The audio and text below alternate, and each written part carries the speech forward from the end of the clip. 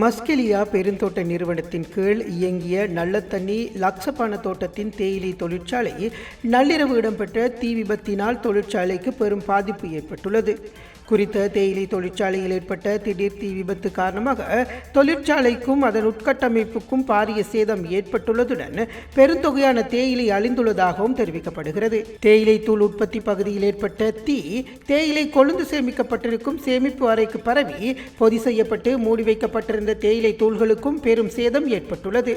இவ்வாறு ஏற்பட்ட தீயினை தேயிலை தொழிற்சாலையின் ஏனைய பகுதிகளுக்கு பரவாமல் தோட்ட தொழிலாளர்கள் கட்டுப்படுத்தியுள்ளனர். தீ விபத்தால் ஏற்பட்ட சேதம் இன்னும் மதிப்பிடப்படவில்லை.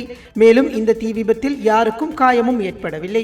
தேயிலை தொழிற்சாலையில் ஏற்பட்ட தீ விபத்து காரணமாக மின்சாரம் துண்டிக்கப்பட்டிருந்தது. மேலும் தீ விபத்திற்கான காரணம் இன்னும் வெளியாகாத நிலையில் தீ விபத்து குறித்து நல்லத்தண்ணி போலீசார் விசாரணைகளை மேற்கொண்டு வருகின்றனர்.